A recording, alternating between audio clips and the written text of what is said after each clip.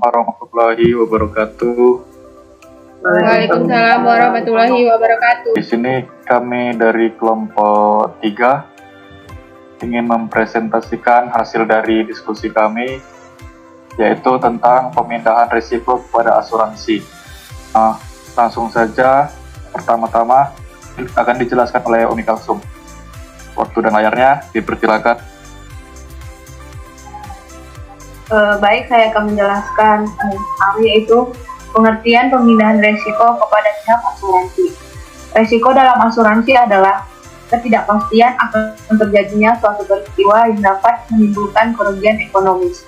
Asuransi atau pertanggungan adalah suatu perjanjian dengan mana seorang penanggung mengikat diri kepada seseorang tertanggung dengan menerima suatu premi untuk penggantian kepadanya karena suatu kerusakan atau kehilangan keuntungan yang diharapkan yang mungkin akan dideritanya karena suatu peristiwa yang tidak tentu.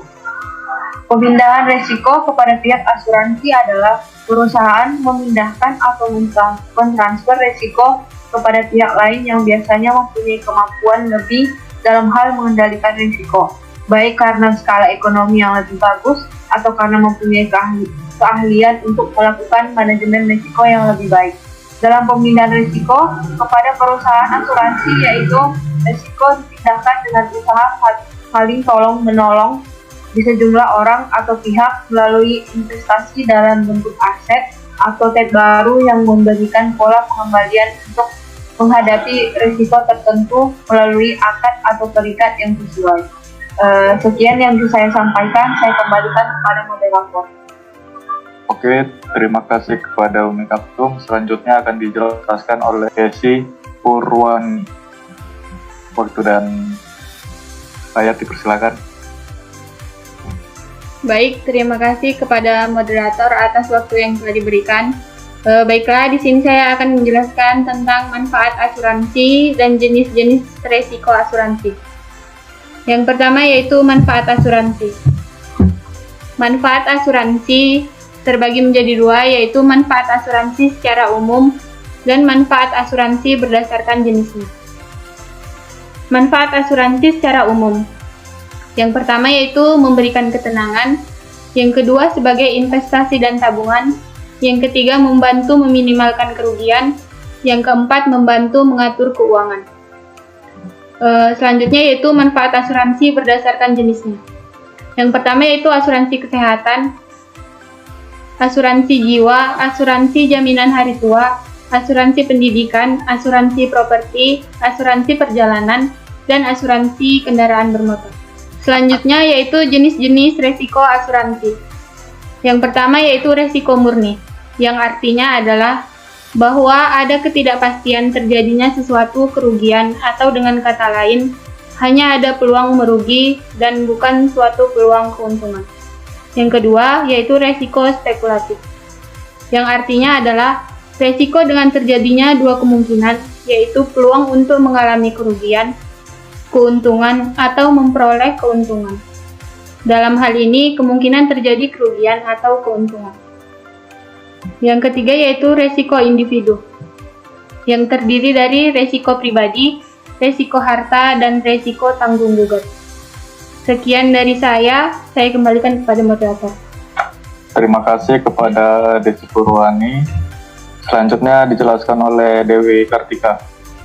Waktu dan layar dipersilakan. Baik, terima kasih moderator.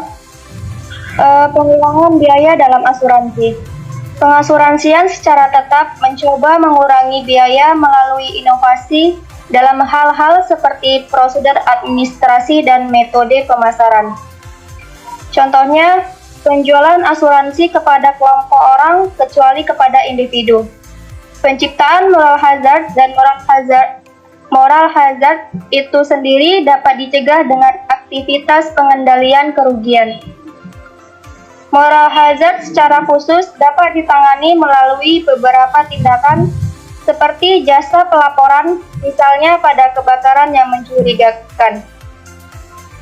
Moral hazard secara umumnya lebih efektif ditangani dengan menunjukkan hubungan langsung antara premi dan kerugian besarnya kerugian tidak langsung dan ketidaknyamanan yang tidak ditutupi oleh asuransi.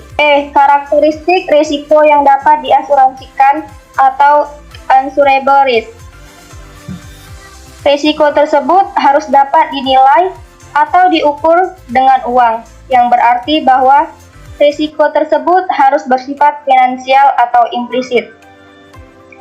Terdapat sejumlah unit terbuka atau expose terhadap risiko yang sama atau massal homogen. Risiko tersebut harus terjadi secara kebetulan dan tidak disengaja.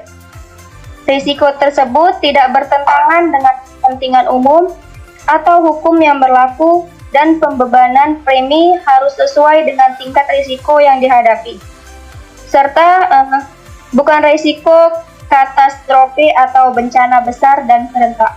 Saya kembalikan ke moderator. Terima kasih kepada Dewi Kartika. Selanjutnya akan dijelaskan oleh Dedi. Waktunya dipersilakan. Baik, terima kasih kepada moderator. Baik, di sini saya ingin menjelaskan tentang risiko yang tidak bisa ditanggung oleh asuransi swasta. Dari contoh-contoh risiko murni yang biasanya sudah dipertimbangkan, tidak dapat dijamin oleh asuransi swasta. Yang normal, saluran yang normal adalah yang berhubungan dengan kerugian-kerugian disebabkan oleh air bah, yang dalam air bah tersebut terdapat real estate atau kecuali untuk keadaan tertentu. Kedua, ada namanya risiko yang bisa ditanggung oleh asuransi pemerintah.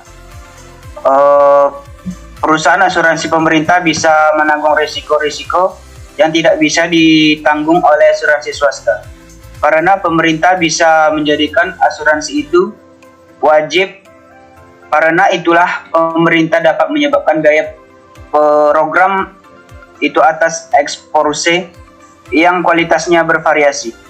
Dengan cara ini, kemungkinan pula untuk menutup kerugian yang diderita masa lalu. Untuk alasan-alasan inilah asuransi pemerintah seharusnya tersedia untuk melindungi deposan bank terhadap kegagalan bank, dan untuk melindungi orang-orang terhadap kehilangan pekerjaan.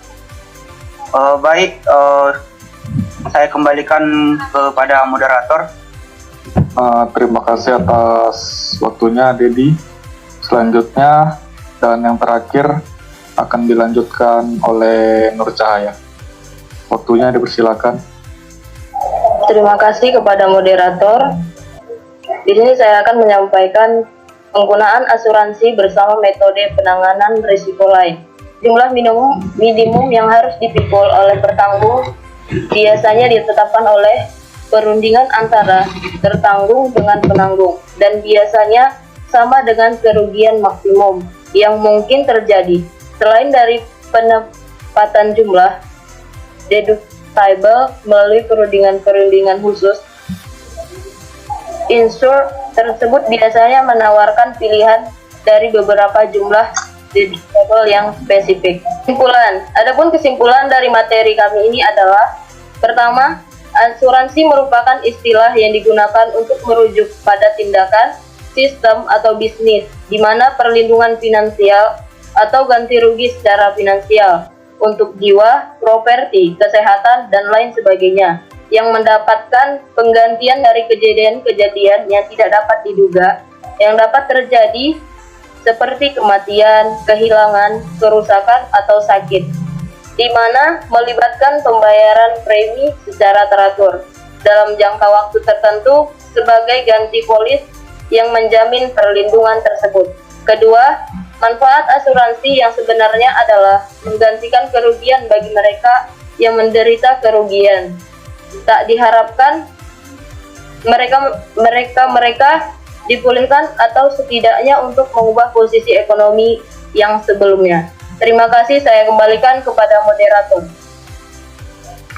Terima kasih atas waktunya, Nur Cahaya. Mungkin hanya ini yang bisa kami sampaikan, lebih kurang kami mohon maaf. Akhir kata saya ucapkan terima kasih dan Assalamualaikum warahmatullahi wabarakatuh.